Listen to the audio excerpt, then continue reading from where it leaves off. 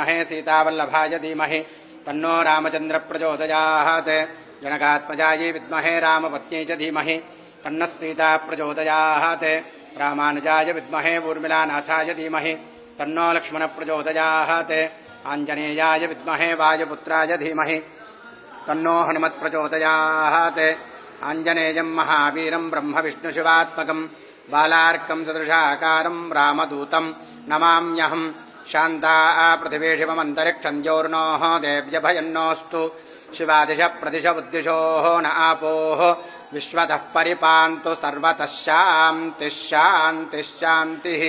श्रीप्रसन्नाञ्जनेयस्वामिने नमः। यदाशक्त्या पूजाम् समर्पयामि अथाष्टोत्तरशतनामार्चनम् करिष्ये।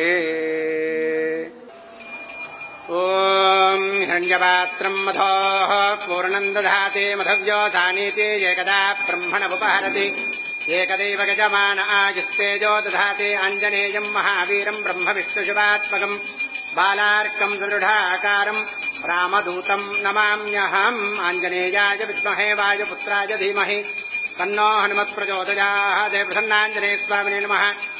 कर्पूरनीराजनम् सन्दर्शयामि नीराजनानन्तरमाचमणीयम् समर्पयामि रक्षान् धारयामि नमस्करोमि। जय बोलो सीता रामचंद्र भगवान की जय बोलो प्रसन्नाञ्जनेय स्वामी की पवन सुत हनुमान की जय। सर्वेषाम् यजमानानाम् श्री प्रसन्नाञ्जनेय देवतानुग्रह प्रसादेन सम्पूर्ण आरोग्याभिवृद्धिरस्तु तदास्तु।